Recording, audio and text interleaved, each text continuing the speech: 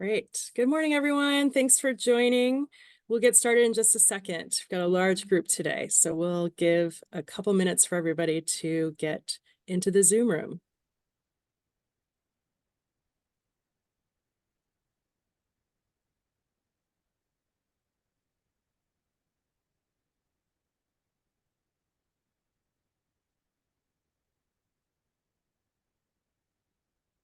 All right, thanks for joining, everyone.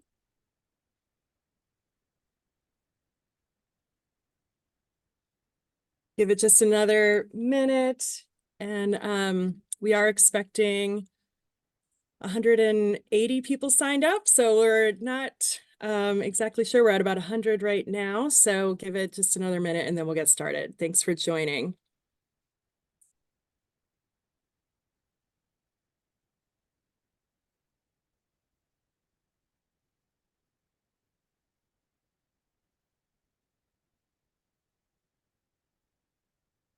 All right. Good morning, everyone. My name is Kim Travis. I use she, her pronouns. I am with Oregon Housing and Community Services, a community engagement coordinator, and I'm happy to have so many folks joining us today for this conversation around the Affordable Rental Housing Oregon Centralized application.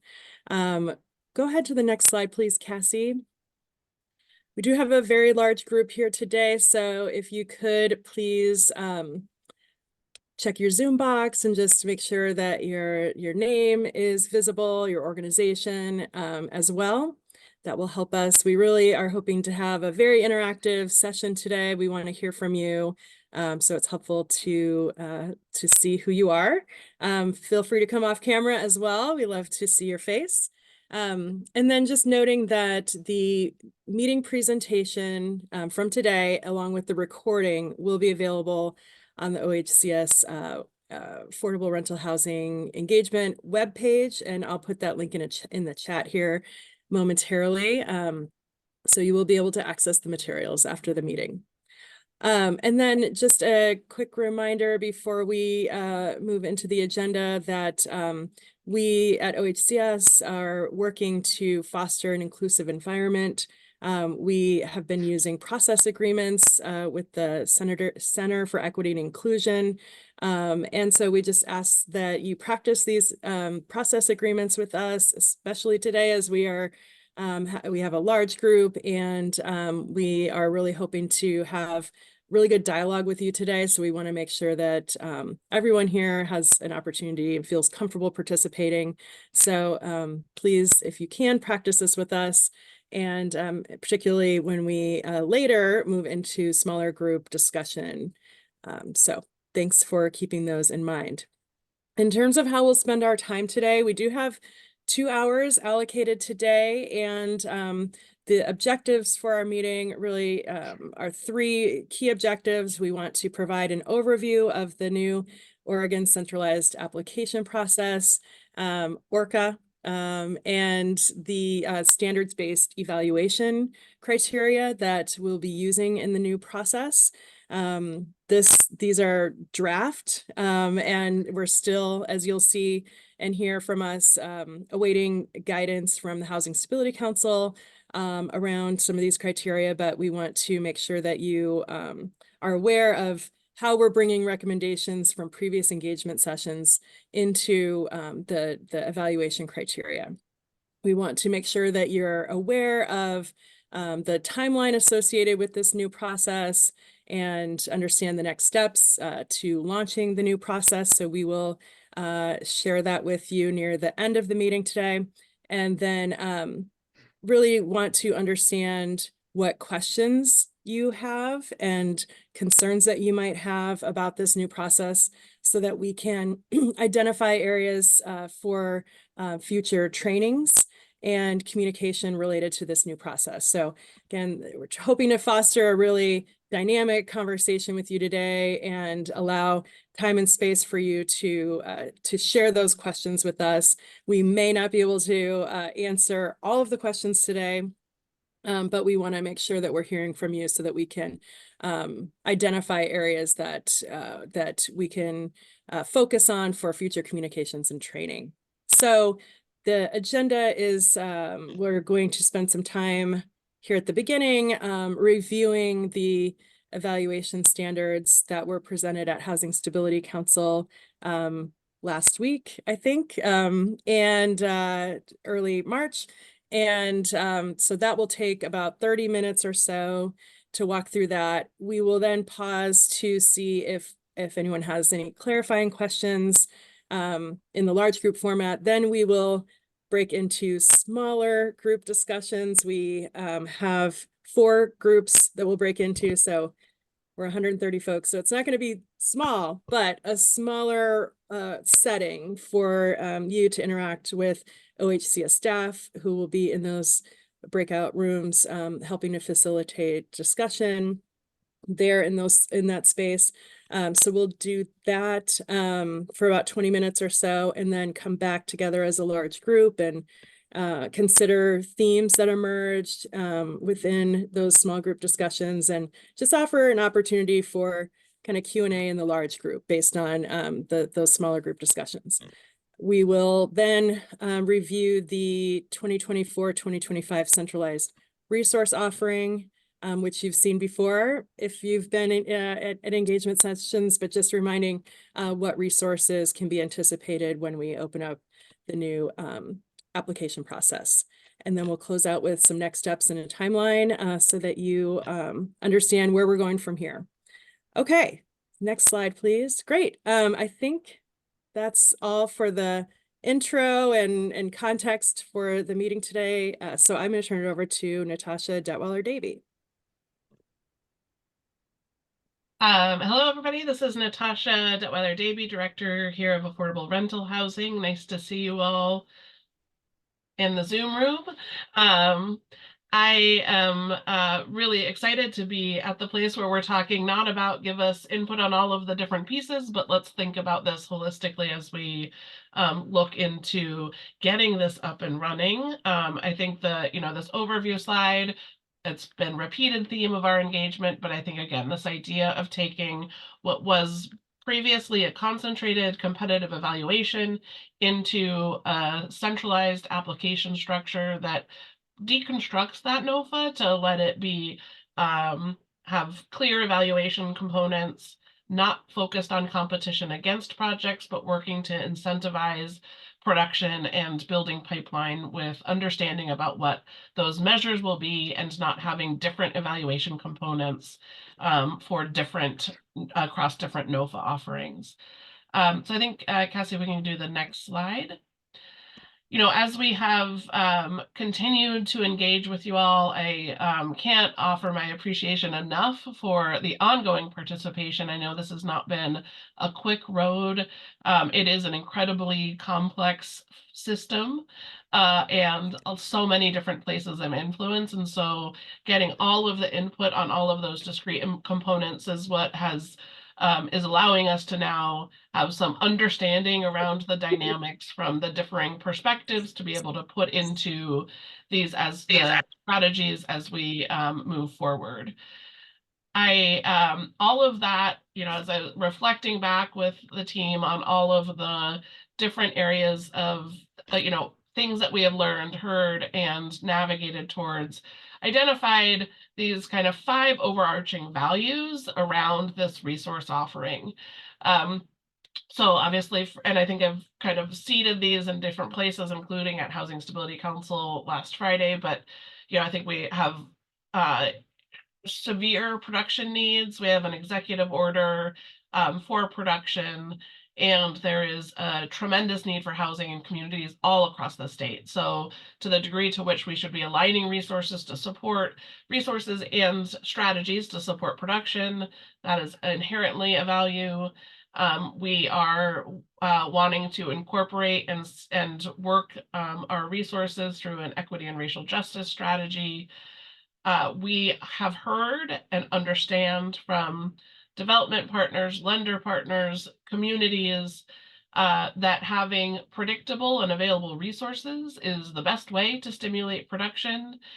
We need to have clear resources, clear understanding of what those measures are for being able to be successful to receive resources. we want to do our work in a way that is tenant-centered, so that it's not just about the financing, but it's what is the financing going to impact tenants. And so that's both how are tenants informing project design and selection into our funding strategies, and then also how will those tenants be supported once those buildings exist. We need to serve the state. Focusing our resources on only one community or one region in the state is not sufficient to be able to serve Oregonians. And so while the need is vast all across the state, we want to make sure that we are responding with resource investments in areas and communities across the state as well. I think we can switch to the next slide. And so this is then kind of the new unpacked version of how will projects be evaluated. And I think as we have have engaged in the conversations, again, our NOFA process was really exclusively it had general thresholds that were required of all projects, and then within each specific fund offering would have different evaluation standards, and those were competitive based. So it was get the points in order to outcompete and have a point advantage over another applicant. Our aspiration here is to move out of that competitive structure, but to have clear evaluation standards, to have standards that you need to meet in order to be able to get reservations, conditional commitments that navigate into final commitments for those projects. And so it is to a large degree translating what had previously been scored. It is also in making sure that because those pieces were evaluated somewhat differently across different fund offerings in the past, how do we build a consistent standard across all of our resources in one application process? The large bucket, the big buckets of those standards are identified here on the slide. So firstly, around capacity and experience. Secondly, around the building and its location. Third, meeting tenant needs and within an equity and racial justice frame. What are partnerships and resources within an equity and racial justice frame? Services, how are tenants being supported? And financial standards. And I see that question in the chat. I think this is one that we, this is a new endeavor, so we have not done it before. We do, so the question in the chat is about, are you going to be overwhelmed with applicants wanting to do this, and will all of the resources be fully subscribed on day one? I think we have a lot of resources. We have substantial resources from the legislature, more resources than we have had to put out in years past. I also acknowledge that we don't have tax credits to leverage with all of those resources. And so that is absolutely a constraint, and I think, is a risk. I do think that so I think as we are rolling this out, I think one of the first things that we intend to do is open our intake process, where we are having all of you provide us with the information on all of the deals on your desk, all of the things in whatever stage they are, so that we can be able to actually have, for the first time, a good information, reliable information around what we see going on and where the needs and the demands are. And I think that will be important for us as a foundation for being able to open that application with understanding around what those risks will be in terms of that overwhelm. I think it will also be incredibly helpful for us to be advocating for additional resources from the legislature, both in the 2025 legislative session, which is around the corner, as we wrap up the 2024 session effectively this week, which is great as well. So I think that is the case. I do, as we are trying to understand what is this potential for overwhelm going to be, I think we want to make clear that what we are wanting to incentivize is projects moving forward through the development process. And so I would not be inclined to have a sponsor put forward 10 applications to be considered, to hold those resources, because we want to make sure that those projects are moving forward before we continue to add more into the queue. So I think we'll need to do some titration there to say, to put some reasonable limits on the number of projects that you can have in any one stage of that development, and make sure that there are opportunities for those that are swiftly moving forward with their pipeline to continue to do that. So I think wanting to have artificial limits that prevent the housing from being delivered into community, but not continue with the practice of reserving resources to projects that might not move forward for 2 or 3 years. And so I think, again, the deconstructed process helps to some degree, because we are evaluating one component at a time. You don't have to build the entire application package in one transaction with us. And then we can have clear benchmarks, time-related benchmarks for you taking those next steps forward. So I think it is something that we are continuing to be really concerned and thoughtful about. Again, I think having the information provided from you all from intake will let us really see clearly what degree of resources will be likely requested as soon as we open the application process. Um, Natasha, there's another question in the chat about pre-qualification and yeah, intake. I think maybe we'll just, Julie, we can come back to that question after we go through, before we do the breakout rooms, we'll come back to that yeah, question. okay, It's that a great sounds good. question, but Yeah, we'll come back to that one. Thanks. yeah. Absolutely. And I see you've responded to Robin. We'll talk about resources next, so I can continue with this. So in terms of looking at the capacity and experience information, we'll have the pre-qualification process that is associated with each of the potential applicants to have an opportunity for us to affirm that we are willing to do business with you. And I think that is something that right now is inherent in either the scoring or threshold structure for individual NOFAs, where we look at the portfolio performance and incorporate all of those "are you in good legal standing" type questions.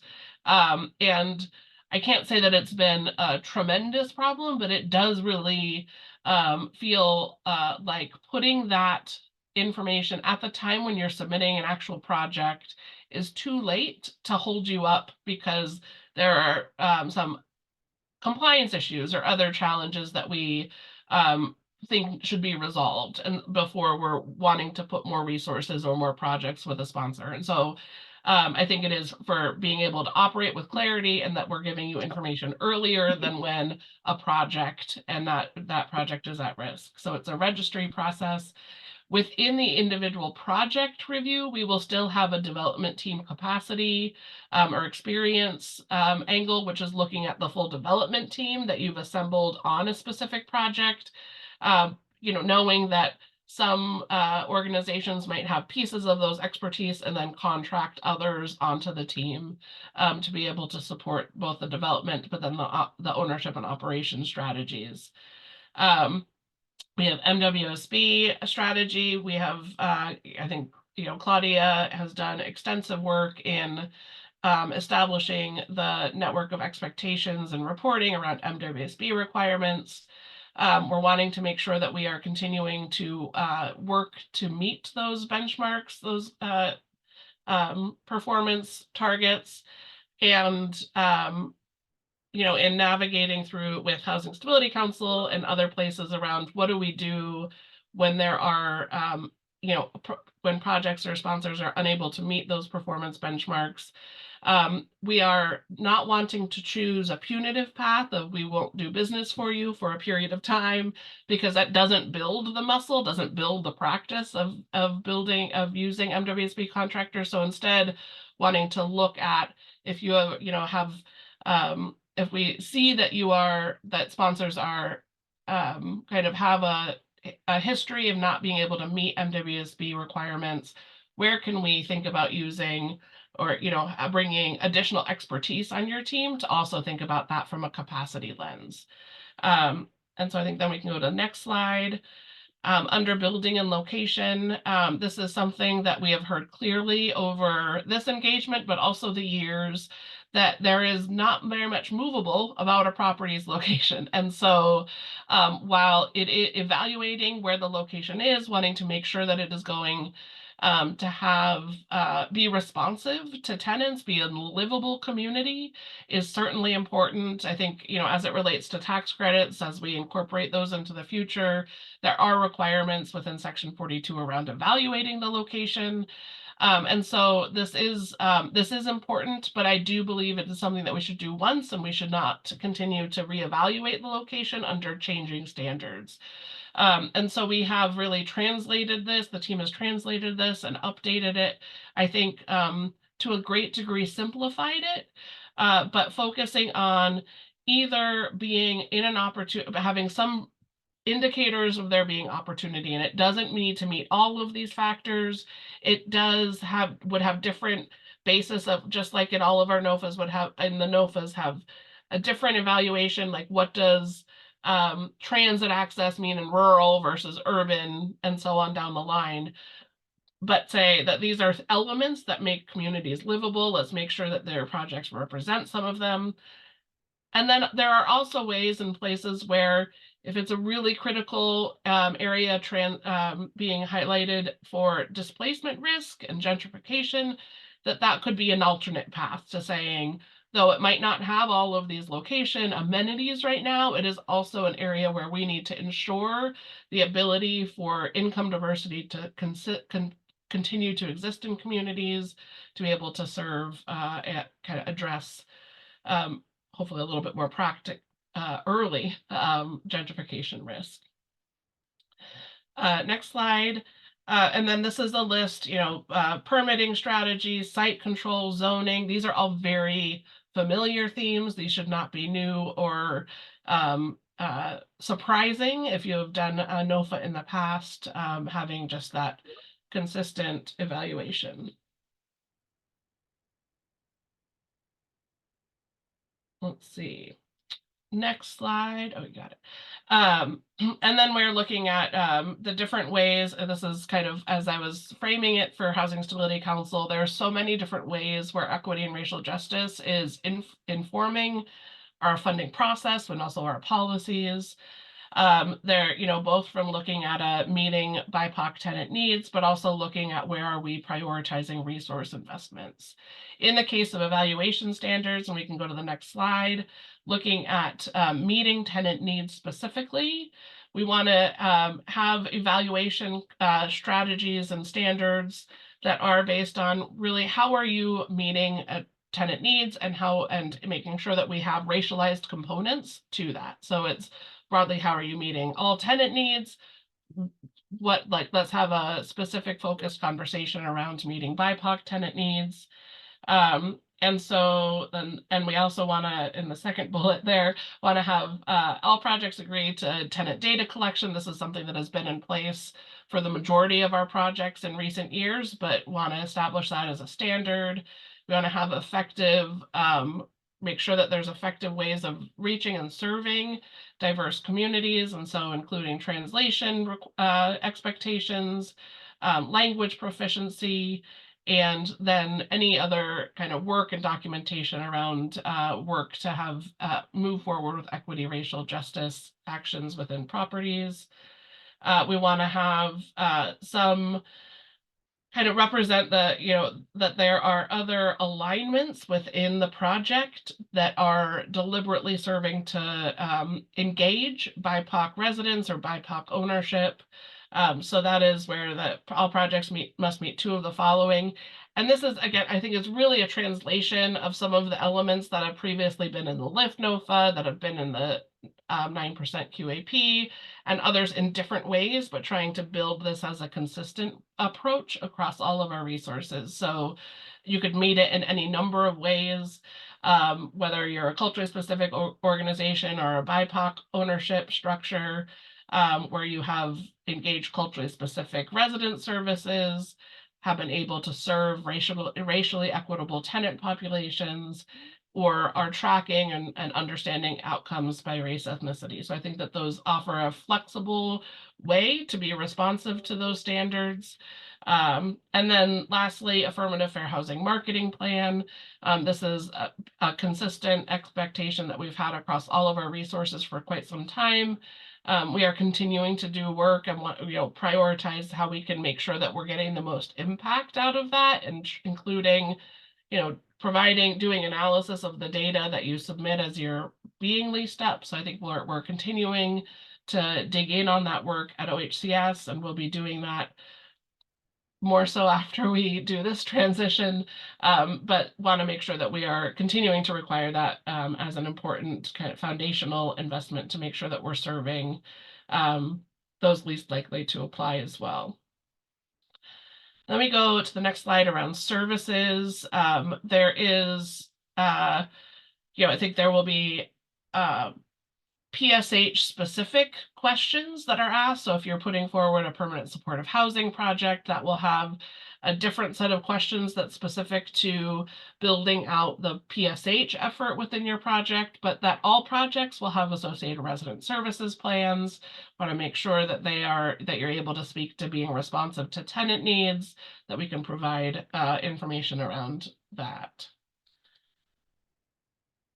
Let's see. Next up is ERJ standards. We've talked about this over the engagement process, looking at our DEI agreement and the updates to that. Previously, at a NOFA application, applicants would sign a form saying that they were going to be working on DEI strategies. We have done that for many years, and now we're asking for some information on, in alignment with these global diversity and equity inclusion benchmarks. This information is being provided at the organization level, so it's not associated with individual projects. And so this is something kind of in the bucket of pre-qualification that is a piece of information to make sure that you are providing us. I think that's on an annual basis to be able to keep updated. Again, with the intent of being supportive, to want to understand as we are seeing this more robust information from everybody, from developers, will allow us hopefully to understand how we might be able to support the ongoing work. Where are you struggling, or where are supports needed?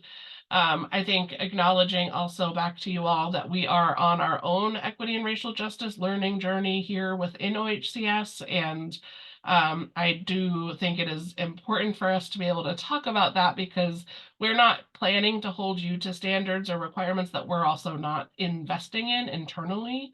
And so I think we're doing that both as a division, we're doing that as an agency for both affordable rental housing division. We have a lot of different work moving in our shop specifically. OHCS broadly is also engaged in a lot of training and learning exercises. We have a racial equity assessment tool that has been developed and is incorporated into all of our program design evaluation. We are doing focusing on education as we are looking at our own internal staff.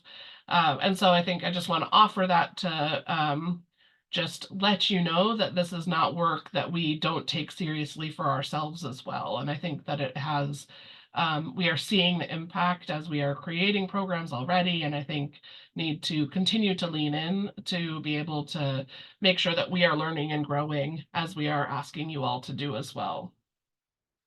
I already kind of signaled around the MWSB strategy. And then I think the last one is the financial guidelines. These are the standard guidelines that we have had in place over time. I think wanting to make sure that this is, that we have the full pro forma. The pro forma is submitted not in the impact assessment. At the time of that impact assessment is really a high level financial look, so that we can get a good sense of what resources and subsidy you will need for projects. But the full evaluation of the more detailed pro forma will happen under a financial eligibility review. And then, of course, as we enter into the final project commitment stage. And so I think that is the overview of these evaluation standards. Certainly, it is a lot. Again, I think as we think about all of the pieces of this, it is a lot in a new frame. It is a lot in a new, with a new perspective and strategy around translating what was previously competitive into a standard. And I think that is hopefully going to allow us to have some consistency, but also have a little more clarity to be able to communicate to applicants about what those needs are, to make sure that you are able to position your property and your project to be able to meet and exceed those standards. So I think, Kim, I will Right. hand it off to you for Yeah. to take Can you go? questions. I know there's a lot coming in the chat that Yeah, I had to yeah. consume as I was talking. So we're going to back up. And actually, can you go back one slide? We're still on questions. We're not going to move to small groups quite yet. So let's go back to Julie's question about when will the pre-qualification process open compared to project intake and how those two processes work together. That is a great question. So I think I think ideally they open at a similar time. The pre-qualification process you will need to be pre-qualified in order to submit an intake, not an intake, impact assessment. And I think the team is going to have to yell at me if I get this wrong. um, so we are, anyway, all of this is being built. It is being tested. We are putting all of the pieces together. But being pre-qualified, you will need to be pre-qualified when you are submitting your first formal application, impact assessment application. The first thing I know, I've already signaled with Housing Stability Council, the first thing we need to open is certainly the intake process so that you can have a place to be putting all of your information around your projects. And so we can, again, get that landscape read of what we're looking at. In pre-qualification, we are also intending to open early as well. And so I think both early, meaning in advance of the full application being launched and live. And so I think we'll understand the timing of that very soon as we navigate through Housing Stability Council. But I think that, yes, so I think it is tied to being able to submit applications. And it's another piece at the organizational level where you would be able to register that with us to be able to be eligible to submit the full applications. All right. And then we have a question about, I think I'm going in order here. If sponsors are limited in the number of developments we can submit through intake at one time or the initial opening. So I do think we will need to limit the number of applications one sponsor is able to submit at a time. And that will, I think, as we're trying to figure out how to calibrate to what is a potential rush for resources, I think we'll need to, I intend to determine a strategy to titrate that down. And so, I think as we have projects moving forward, making it that number of projects a sponsor could have with a conditional commitment out of impact could grow larger, but that we'll need to be strategic about that. And I think, again, both to make sure that we're working on projects that are actively moving forward, but also have clarity around, how overwhelmed our system might be when it first opens. The ideal goal would be it remains open always. So as we get new legislative investments, we add them in, and it doesn't need to be a halt and relaunch. But that will absolutely be informed by how quickly these resources are fully subscribed. Hey, thanks, Natasha. Got a question from Mariana, and she's talking a bit about the culture change that we're working through here, and then asking, will there be parameters for the sandbox for all players of all sizes, so as to enhance collaboration industry-wide? I think, yeah, I appreciate the question. I think I think the intent is absolutely to do so. I also, I think at this moment in time, pending federal reform, which my fingers will remain crossed about, we do have constraints on the private activity bond and low-income housing tax credit leverage side, which I know for some sponsors is the primary means for building projects at scale that make sense for those developers. So I think it will, I think, grow over time. If appropriately resourced from, with public resources to be able to meet the ability for development across the state. We know we need the units. We know we have executive order on production. We want to be able to leverage all of the development capacity that we have across the state. And so I think the intent is to grow the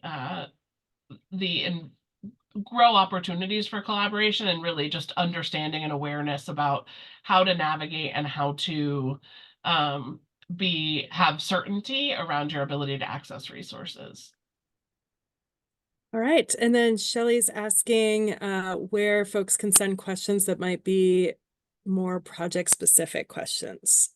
And I'm not sure if we're really ready for that, but I'll let you provide your response to that. I think to some degree, well, it probably depends a little bit. I think once we have intake launched, Yeah. that will be a means for being able to flag where you have questions. Do you need to reach out to a technical advisor? We have a tiny but mighty team so far of technical advisors. We're continuing to recruit for folks in those roles. And so if anybody's interested, certainly let us know. It's on the website. I think the job posting is still live. But I think that probably titrating it through the intake process will make the best sense, but that will also, our technical advisors are figuring out ways and strategies to be able to track questions, make sure that there's response, and referred to the appropriate place for expertise where needed. Okay. All right. We've got a question about resource funding that specifically asking about co-location of child care facilities with affordable housing. And we can always come back to that as well with the resource offering section, or if it's an easy answer, go ahead. I'm gonna say Rick, if I think Rick is on here, if he has any words to offer in terms of that. We do have got legislative investment for co-location of affordable rental housing with early learning and childcare centers. That resource is with a third party operating that program. And so Rick, I don't know if you want to share anything around the status of that. We can also defer if we need to follow up later. No, that's fine. Yeah, so there's currently a group that is just about ready to launch the funding that they received from OHCS. I think it was $10 million associated with co-location. That group is called Build Up Oregon. And they just formulated their advisory committee, and I think that they are gearing towards a launch of the program in the next couple months. If you want more information about that, feel free to reach out to me, and I can give you contact information for Build Up Oregon. But yes, that launch will be happening. Those resources are available through Build Up Oregon, and we anticipate those being tied into our development dollars. Hopefully that answers the question. Thanks, Rick. Yeah. All right. So reach out to Rick with more questions. Rick, maybe put your email in the chat. And then Brian's asking if there's thinking around connecting this new process or site project review to any of the infrastructure for housing awards or projects being allocated this session. I think Brian, we'll see. Session closes this weekend. I do think there is investment in infrastructure, the resources that are going. Anyway, I think that there would be future intentions to be able to build collaboration across agencies doing work under the momentum and direction of housing production and presumably a new housing accountability production office. Those are not intentionally connected at this point in time, and I think we'll continue to navigate with other infrastructure funders to see how we can build connections, but at this point, we're not holding up these resources to wait to get those resources launched, knowing that it will take some time for those to be active. But I think we'll continue to continuing to engage on it and make sure that we are building any connections that are feasible. All right.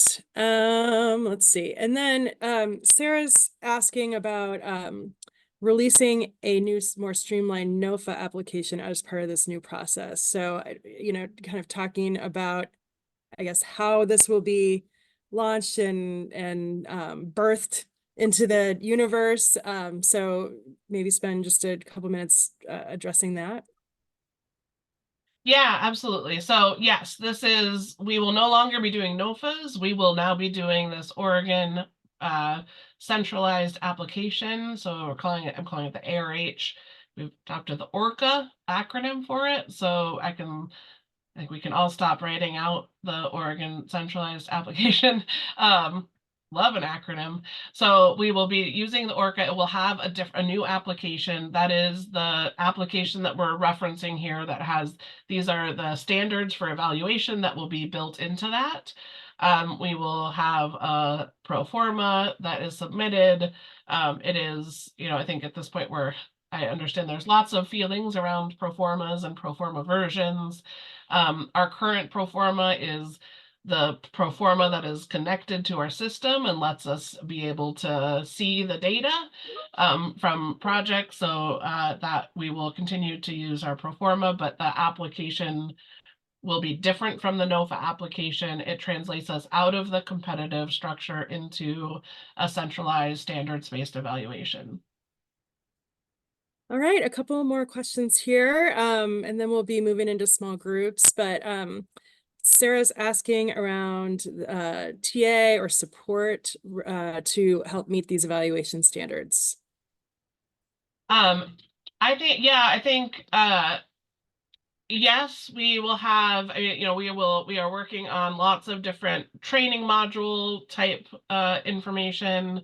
I think trying to figure out the way, and the team is smarter than me on this, but how many different ways and formats that we can provide education and training around the actual applications. I think in terms of meeting the standards, that is a really could be a really good place of connecting in with our technical advisors. What do you need to be able to meet that? We are working to make sure that we can be incorporating some capacity resources in here where there's discrete needs for eligible organizations to allow you to participate in these funds. So I think it is, Sarah, I think it is a yes. I think it is understanding what that looks like, and I think being able to elevate and work with our technical advisors to be able to identify the places where supports are needed so that we can identify how we can support that work for happening.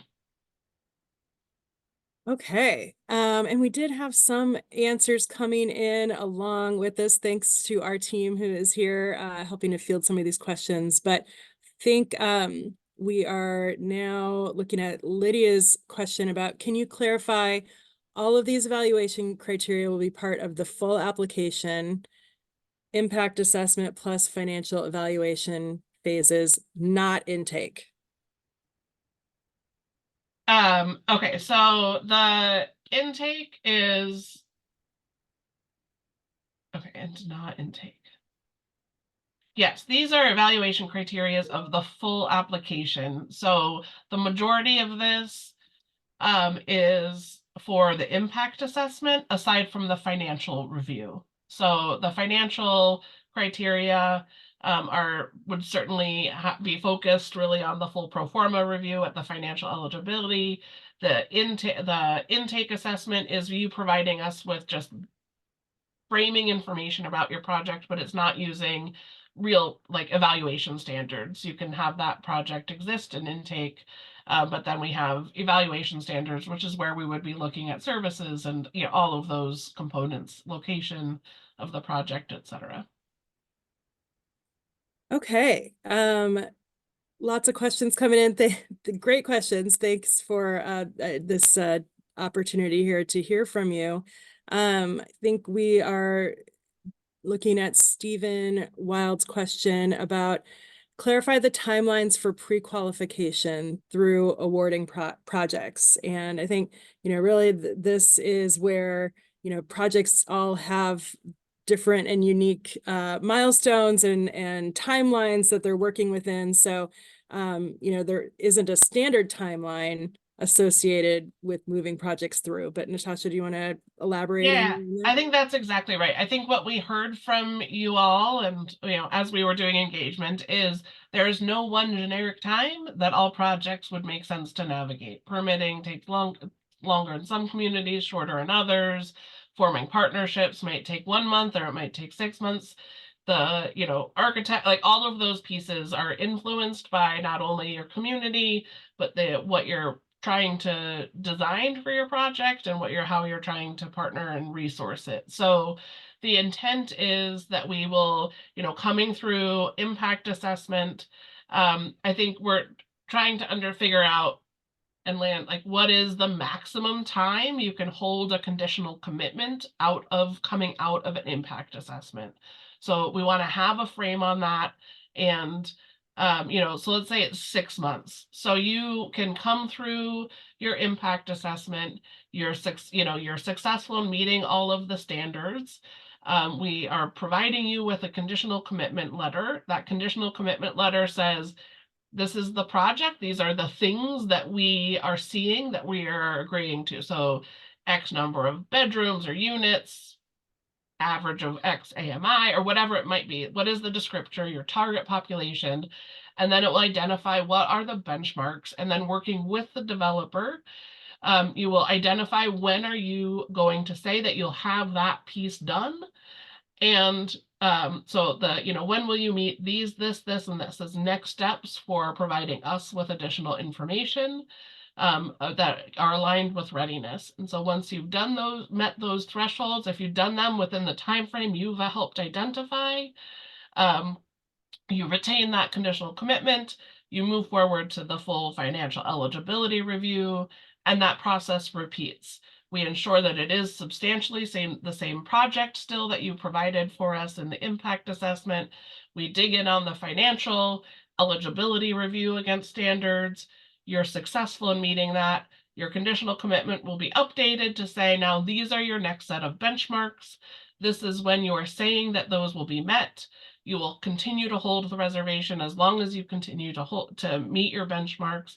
And then it translates into that final commitment, contract for resources, where we're you start moving forward in a more rapid fashion and thinking that's, you know, getting that commitment in place at least 6 months before you're ready to close, so that those evaluations have happened and now it really transitions into moving forward to close. And so again, we understand that those timing might be different. Some of you might have projects that you're saying, I'm ready today with everything to get to that closing table, in which case we're not going to artificially hold you and say you need to sit in this status for 6 months, but you can say, and we're ready next week. And let's then let you do that on your timeline. So again, the idea is to align our timing of our process more directly into the development work itself of the work that you're moving forward, helping you sequence that out and not, again, build it all and then wait for us to evaluate for you to be able to move anything forward. So I think there's part of that. I think, again, we're building this. This will be new. Our aspirations is to do, you know, swift evaluation, be able to do all of that. And I can only imagine that we will be working through some kinks, but we'll make sure that we're, again, wanting to understand as we see all of the information come in through intake, what this landscape looks like, so that we can make sure that we're able to resource as best we can. Okay, well, I think we're getting near the end of responding to all your questions, but we've got a question from Julie about issuing questions, inputs that will be required for the project intake. Will we be really issuing those, releasing those prior to launching the portal, or get those only when the portal's opened? I think ideally, I think we would have those available before we so as we're doing the trainings, we're trying to bring everybody education, so it's not a cold open day one, and we don't really know what that looks like. So I think yes, I think we will be sharing information so that you're understanding the metrics that you'll be expected to work toward for when that application is. Again, because we're working through all of the timing in live time, I think I don't have the date right now, but I do intend that we would be sharing that information and providing training and outreach and conversations before expecting everybody to be able to complete it. All right. And then there's a thread about MWESB, and I guess I'll just kind of ask the participants engaged in that dialogue, do you feel like you have the answers that you need on that particular thread, or do we want to spend some time talking about it? So if you want to come off camera or just, let us know if you have any remaining questions about that particular topic, that would be great. I know Mitch has jumped in and answered some questions, so I just want to make sure. Yeah, I feel like that got answered just in the presentation. It exclusively said MWESB, and that excludes some large contractors that are MBE, WBE, that have been allowable in the past. So I was just confirming that that would still be allowable, and Mitch confirmed that. Thank you. Thanks, Jillian. Let's see. Anything else here? If we get through pre-application to get evaluated as a team, and then a good amount of time passes, 1 year, 2 years plus, will our team have to go through reevaluation? On the pre-qualification, I think it is, I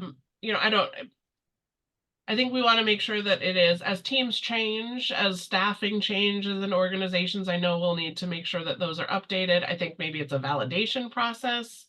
And I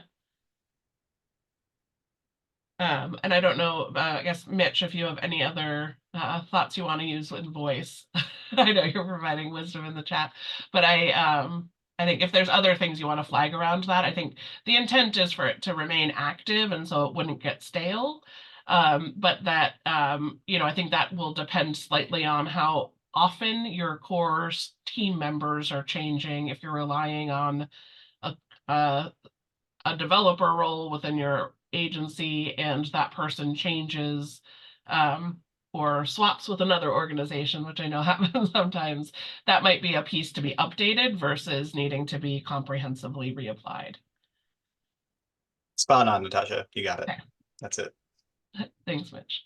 All right. I think I noticed Richard asked a question about the fastest a project could go through the process, but I think you covered that in answering a previous question. So not ignoring Richard's question, but I hope that was answered for you, Richard. Let us know. Yeah, and I think, depending on the project, I think if it could start construction this year, it could start construction this year. I think it's just, again, the timing of the launch, the timing of the actual additional diligence work that needs to happen to make sure it is no longer the case in this ORCA process that, like the NOFA would ask for all of this information over a few months. We would then take a few months to evaluate and then then have a process for making that formalized. We're trying to walk that on a different pace so that we can allow projects to move forward where they're able to do so. So I think intentions are to support that. I think there's a lot of different influencing factors on the specific project circumstances and obviously in alignment to when we are when we are launching and how swiftly that kind kind of rollout goes to be able to meet project needs. But I think it would be a great outcome to have projects begin construction this year with resources that we allocate. Great. All right. And then our, final question here in the chat as I read it is about a date for when Orca is released. When will it be released? And we don't have a date for when that will be launched, but we will be talking about timeline a little bit later. So we'll come to that, but Robin, we don't have a specific date at this point. So think that is a question on everyone's mind, but we do not have that specific answer today. So that was a lot of dialogue. Really appreciate all the great questions. And what we plan to do now is just get into smaller groups and talk about, what information you need still. Because as Natasha mentioned, as we're moving to building training materials, webinars, other communication about this process, we want to make sure that we are providing the information that you need. So, moving into small groups here to really have an opportunity to talk a little bit further, dig deeper with you.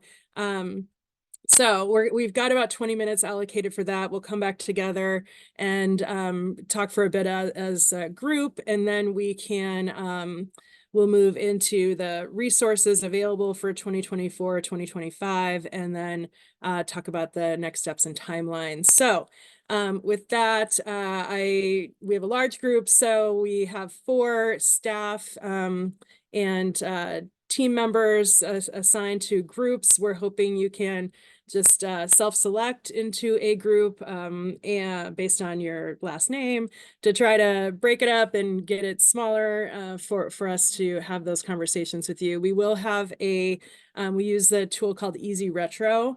So we do have an Easy Retro board where you can populate some questions. So we will have that available as well. So with that, any questions before we go into smaller groups? Okay, so about 20 minutes there, and staff will be eager to hear and collect your remaining questions again, or the anything you feel like will be really valuable to have as we move into training materials. So with that, I'm going to zap us all into the rooms, and we'll see you back here in 20 minutes. Oh, and Natasha will be rotating as well. So if you have some questions specific for her, she'll be joining all of the groups at some point. Okay. Hopefully you all see the opportunity to join a room. Great. Okay.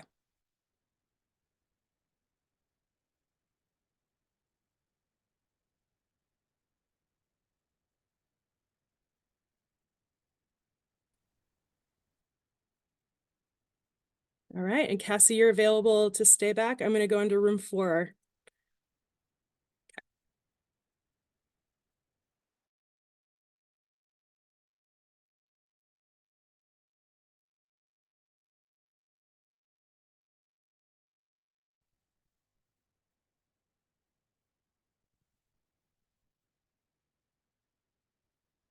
Some of us are not seeing how to join a room.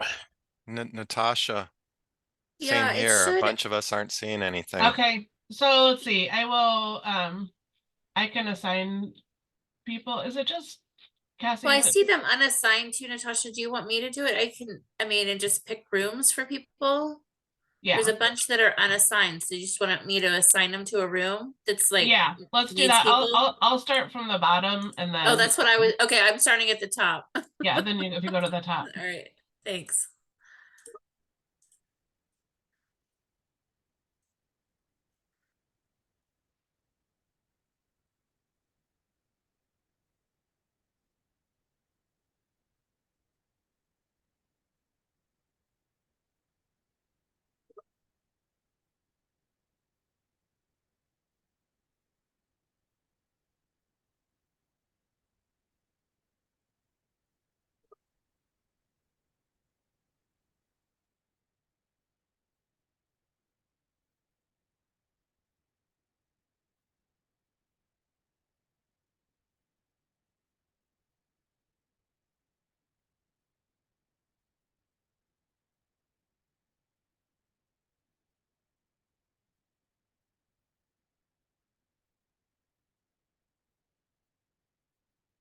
And Jeff, were you able to join a breakout room?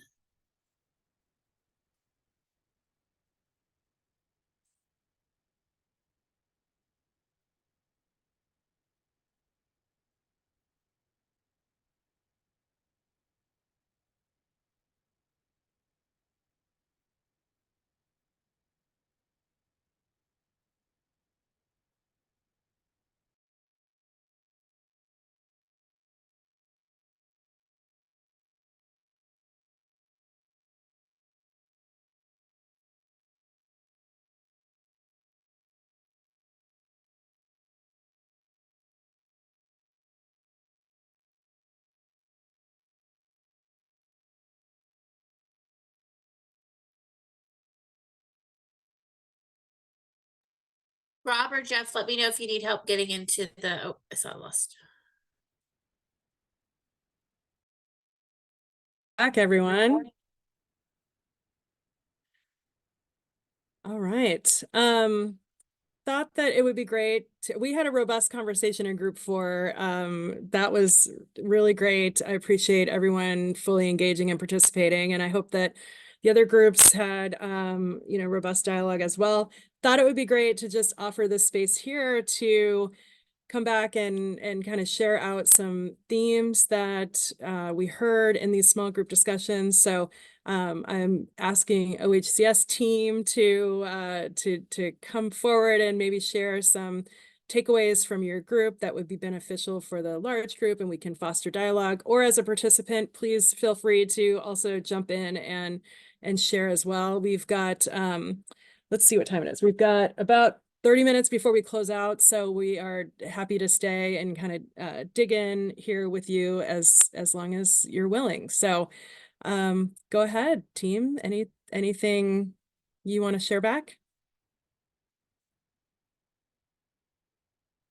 I can kick off, Kim. I think the biggest theme that I got from our conversations was just a real concern about whether or not there's really enough resources available for all the folks that have projects. And so it's just really a kind of a resource concern, moving away from the competition process to more of a standardized process. The hope is that we won't end up with a lot of folks with really great projects not being able to get through that door because the resources are not there for them. So I think that was the theme that I really took away from our group. I wonder if Mitch or Love might have other thoughts. Yeah, no, that seemed like the big one. I think there's also a desire to get some clarity on specific criteria, which totally understand that. And we are actively approaching a point to share, I think, a lot more specifics on that, especially around sort of ownership and BIPOC organizations and how those will count towards specific criteria. I assure you, we are working on it every day, yeah, it'll be here soon, and we will share that broadly so folks have awareness. Yeah. Well, thanks for that too. That came up in our group. Well, actually, both of those topics came up in our group as well. And I shared a bit about the dashboard that we're creating that will help folks be able to track what resources are still available. So I don't know, Mitch or whoever, if you want to share anything more about, how when we launch this process and we're able to show when resources are allocated and just being able to track that over time. Yeah, so we brought this came up in our group as well, and I think with a kind of standards-based evaluation process where folks are able to access resources if they're meeting those standards, it's important to understand like the timing of things. And so I think the impact assessment point, once that application is approved, we will conditionally hold those resources and provide you with a comfort letter of sorts. And at that point, those resources are attached to your project. And as long as you continue to meet those standards, those resources will be available to you. And as long as you meet all the conditions and the steps for the next couple of steps of the process. I think at that point, there will be a dashboard that shows when those resources have been held. And so we'll have kind of a remaining resources clock. I've been thinking of it like a ticker, where you're able to see kind of how many resources are left available, particularly understanding within set-asides, how many resources are available there, so that you can kind of evaluate potential for your project to be able to get in before we run out of resources. If that is a risk, you would be able to identify that through that public facing dashboard.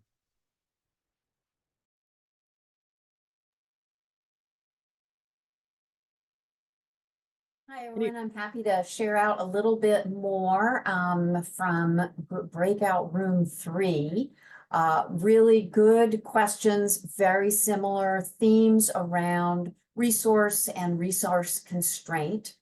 We had some good observations or questions that allowed us to kind of elaborate a little bit on the impact of a project, us being able to be a little bit more interactive in this case, where a project may have a location challenge, but may be exactly the right project for the population being served with, you know, other. And so that was good to be able to unpack that a little bit. We had also some questions about linkage, the ability through the new ORCA process now or in the future to be able to link to other resources. DHS resources was the particular theme that was brought up. So I think, you know, I think on an ongoing basis, any place folks can still get more clear on the process. So as we populate FAQs and create, you know, other opportunities, we talked a little bit about the role of technical advisors and what's, you know, what will be required engagement with technical advisors and what is, you know, optional and you know, support mode for folks. And then had some really appreciated expression of, you know, this is, we're all going bravely into this new world, and it feels like to some of the respondents an opportunity to build trust with the department, where that may not have been the dominant feeling going along. So it was great to hear from folks. Thanks, Kate. Do you want to maybe, it'd be beneficial for the large group to hear a bit more about the technical advisor role? Because we didn't cover that in our group. So do you mind just sharing like a bit about that? I did kind of open myself up for that, didn't I? So just the discussion in our group, someone asked, you know, how does a developer coming in at intake connect with a technical advisor?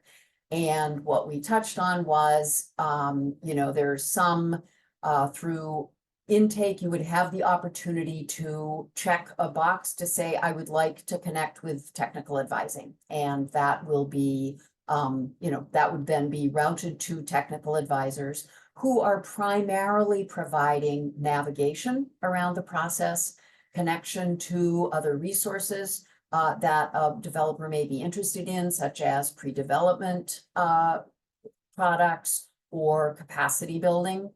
And then on an ongoing basis, technical advisors will be helpful in that relationship building as we sort of partner on projects that are in the pipeline. Thanks, Kate. Yeah. Yeah, we talked in our group about, you know, just the like the different approach here that for OHCS to be more interactive and engaged, and, you know, thinking about the nuances of projects and providing insight and guidance as projects move along, which is different from how we've normally operated. So it's a good opportunity to you know, get to know developers and, you know, have a deeper understanding of projects in the community.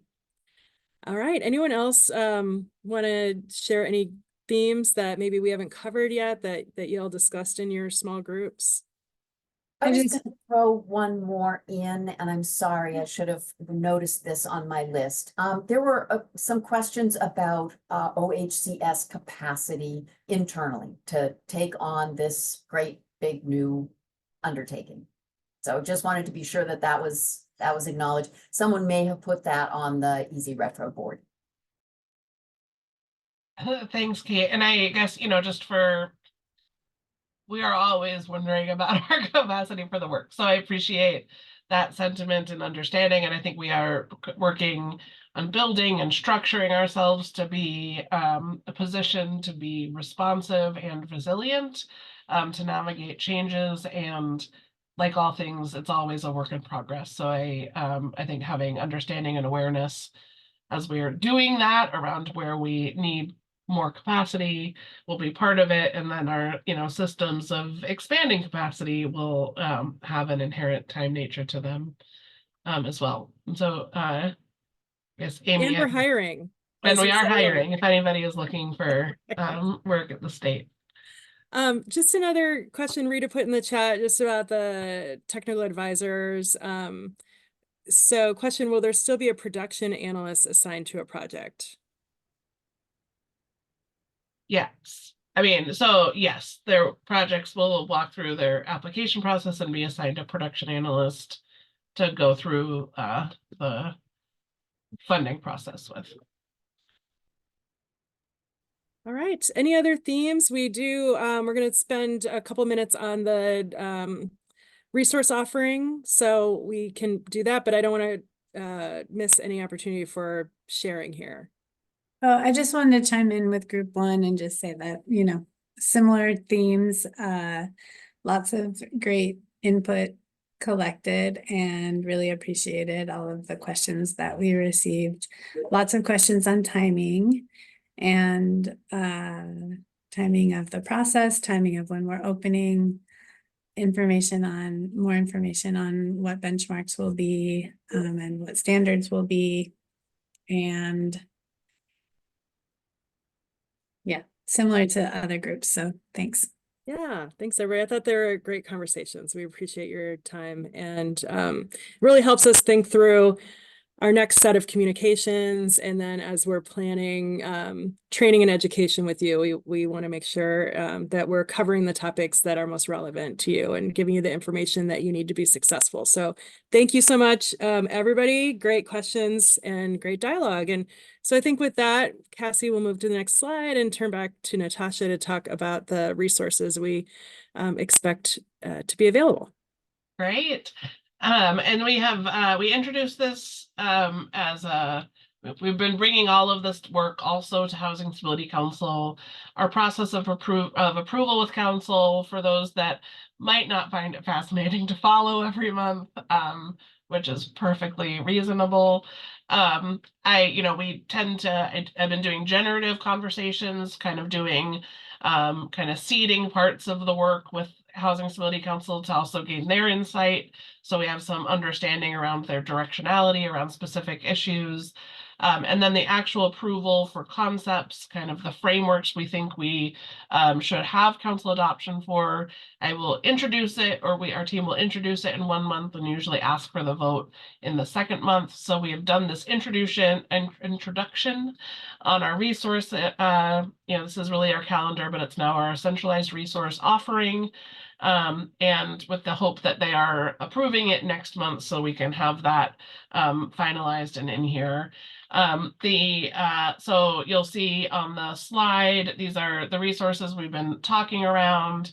The additional nuance of information in here that has shifted is additional recommendations coming out of the preservation work in alignment with that framework that Michael Parkhurst has been leading and doing work in consultation with the Preservation Steering Committee, is to attribute $30 million to projects that have physical and financial risk of loss, $10 million to projects with federal-based property rental assistance with risk of loss. We have now dedicated $10 million to do manufactured park preservation, retaining $30 million that is dedicated to be accessed by tribes.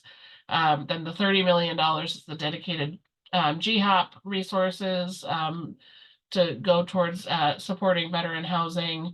We have our new agricultural worker housing dedicated resources. We also similarly introduced the framework for those resources based on the information provided in consultation with ag work organizations and the ag worker housing facilitation team, informing that. And then PSH is the other dedicated resource line where we're putting in both our dedicated Article 11 coupon PSH development resources as well as our National Housing Trust Fund. And then I think next slide. And then we are holding resources, I think not quite ready to talk about that structure. I think hoping to bring to Housing Stability Council in April, how we would approach that strategy around addressing gaps in our current pipeline, thinking both about under construction as well as in the development queue projects. So knowing that we, again, want to get to certainty and clarity, are we going to be able to solve a challenge or are we not? I think the place where we don't have resources allocated to do it and we're not being decisive, not providing decisive information for you as developers, nor for us as staff. I think I want to break that cycle and that reality. And so we'll have, the majority of our resources are Article 11 Q bonds. That is not easy to put in projects that are aligned to using other resources, given all of the specifics of those. So I think there are challenges, but there's also opportunities there. $10 million to align with portfolio stabilization investment. This is really preservation type investments in collaboration with our asset management group. So tying into financial evaluation and other kind of ongoing work with asset management and developing property improvement plans. Looking at non-capital resources, $3 million to support capacity building. We do have land acquisition program resources. Another 10 million will be added to that pool. And there's a portion of those that is also held for homeownership acquisition, aligned acquisition. So I think that's reflected in there. And then we have the new $9.7 million in pre-development investment from the legislature. And so thinking about capacity building of supporting more of the very early work of getting ready to be able to put project concepts together, pre-development really focusing, and Mitch has finalized that program framework already with Housing Stability Council with an up to $50,000 early feasibility loan product, and then an up to $750,000 of pre-development investment for eligible organizations. And both of those as loans that would convert or be repaid at construction financing, presuming it all moves forward as anticipated. And I think next slide. And then looking into 2025, anything that's not subscribed, and I know we're hearing today a concern that there won't be any resources left, but that we are already queuing up. We're holding additional resources to be able to leverage with tax credits, and to kind of switch that. So bringing anything that's not fully subscribed. Again, these conditional commitments, I think there's, I think wanting to provide that early clarity that you can access resources, but also those performance benchmarks. So where projects are unable to meet those performance benchmarks, those resources would flow back up in to fund the next project. That project would not be kicked out forever. They would just need to restart and walk through that process. So I think there is risk that you would lose your conditional commitment if you're not performing to be able to move forward. And that happens sometimes. And ideally, as we are looking at this new application structure, finding ways to not have it be, you rescind it and you have to wait 2 years to come back. It's just, we'll kind of be able to take a step back and move forward to be able to do that. And then I think we just have the next slide on next steps. We've kind of seeded this in various places. And I think the other thing, and I see Lane put the question in the chat, and I I think it was in one of the breakout rooms, and spoke a little bit to this around, acknowledging the cost control aspect of this conversation. We had previously shared, I think in this space, as well as Housing Stability Council, a first draft of a cost control strategy, again, with the hat of, as we're transitioning out of a competitive space, the strategies that we had used in competitive space for subsidy limits is to have a subsidy limit and then put points to it. So you would get more points if you were requiring lesser subsidy. That doesn't translate over into a non-competitive structure. So when we are not competing, we're wanting to have clarity, we're wanting to understand what can move forward. We can't assume that we are going to make be able to leverage points to make sure that we are getting the most units for our dollars. So I think we absolutely need that subsidy limit, but we also need to build the policies around it that give us public confidence as we navigate our Housing Stability Council and the legislature and all of the resources to be able to make sure. So anyway, we have put out those draft numbers. We've gotten a ton of amazing input from retro board conversations, as well as the survey that we circulated, and are working to assess that. I understand what we're seeing in the survey results is that there are some places where those draft numbers work. There's a lot of places where they don't. We're getting a lot of good ideas around what is the right thing to look at different steps of that development process. We understand that value engineering is not an upfront strategy you want to have carry through. Instead, it's really a strategic way to solve for kind of evaluate that where you have funding gaps or cost escalation as you move forward. So we are getting closer, but we don't have the final recommendation on that. I'm hoping that we are able to pull through something that can be brought to Housing Stability Council for that really initial introduction, more formal introduction in April, to then get another round of feedback to incorporate into final recommendations in May. And so that then leads us to this timeline where you see that, the final approvals in March, Mitch brought forward the pre-development that's already been approved.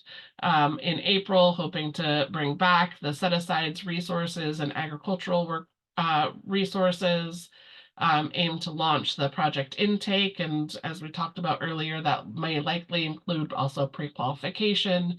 In April, we'll be seeking input and direction around the idea of the soft opening for projects. So that's I think it's a question, it's the TBD, and then hoping to finalize the remaining frameworks with Housing Stability Council in May, and then transition to the place of doing trainings in advance of being able to opening broadly the actual application. And there's some administrative navigation around administrative rule processes and all of that will feed into it. But I think that's where we're seeing the ship turn and drive. And I think I put on the corner there, this is the goal. I think it is subject, of course, to all of the things that we have been talking about in terms of what might potentially impact that. But certainly this is what we're looking for it right now as next steps. All right, thank you so much. Seeing another question in the chat here. Before we close out, a question from Tracy: will projects that need 4% PAB with lift be given comfort letters in 2024? I'm thinking of a project that could meet all the criteria, but not actually need their TEFRA hearing. That's a new one for me. So anyway, Natasha, do you mind taking that question quick before we close out?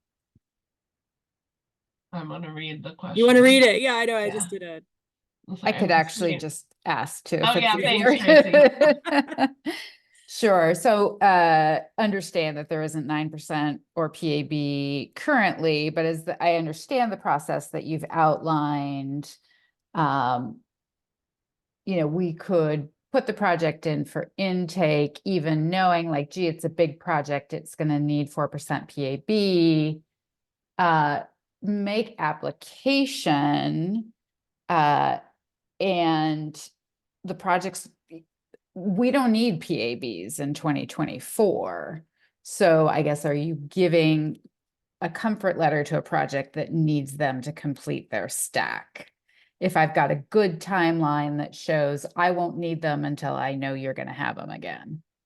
Yeah, so I think, so for one, I think we need to, the official conditional commitments and that evaluation going to through impact assessment and so on would be at this point in 2024 really focused only on those that can move forward with gap only. So not those that are leveraging tax credits, but we are also going to be switching engagement, keep going, into QAP to identify how we translate our our low-income housing tax credits and private activity assignments into this non-competitive structure. And so as that conversation navigates and we land that structure, I think absolutely we'll need to calibrate that back in to say that we can continue moving those begin moving back forward into making project commitments under that updated qualified allocation plan. And I also will say, you know, I think the other thing that we are certainly paying attention to is the potential for federal reform. The spirit of support for that seems to change as the wind blows in DC, but I think we certainly have a lot of our delegation support and a lot of national support for that, and I think it is critically important that the reform that we see is temporary in nature, so would bring just a couple year window to be able to take advantage of a 30% versus 50% test. So if that does happen, we are working on strategies to be able to pull that off quickly, to be able to do that. And so if federal reform happens, we will likely be coming back to say, okay, we're ready to start we need to start putting more projects into the queue that can leverage 4% tax credits. Without federal reform, we already have so many projects that have commitments of gap resources and require private activity bonds and can move forward when they have them. So it feels, you know, so right now I don't feel like we have clear ability to have more projects access private activity bonds than already are waiting in line for it in 25. But I think that federal reform would really quickly tip that scale.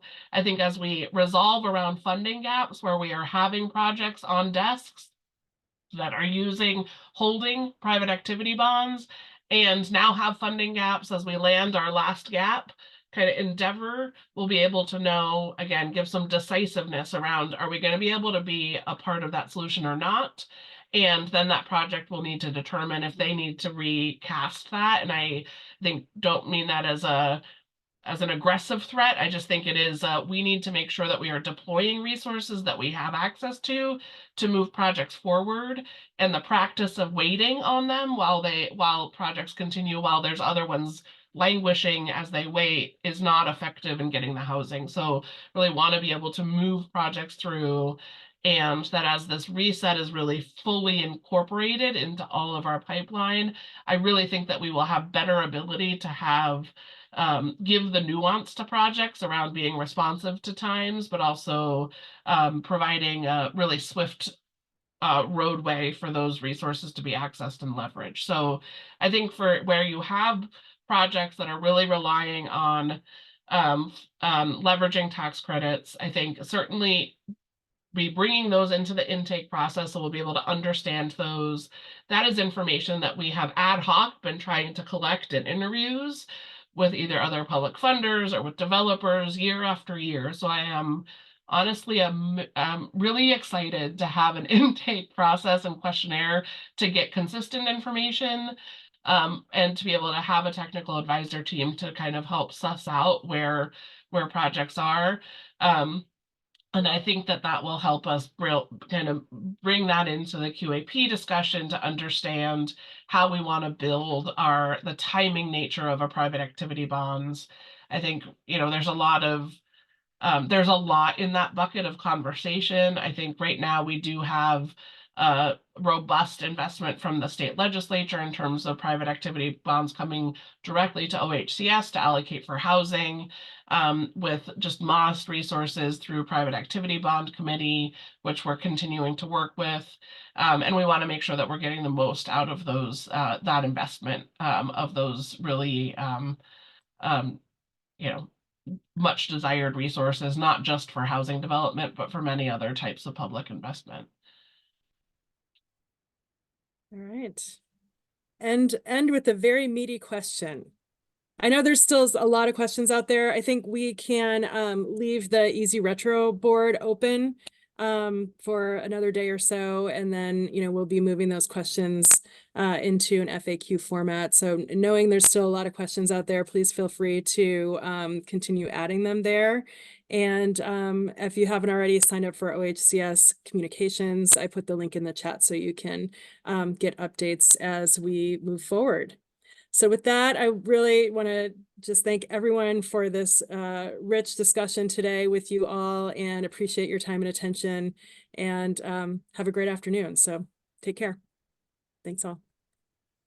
Thank you.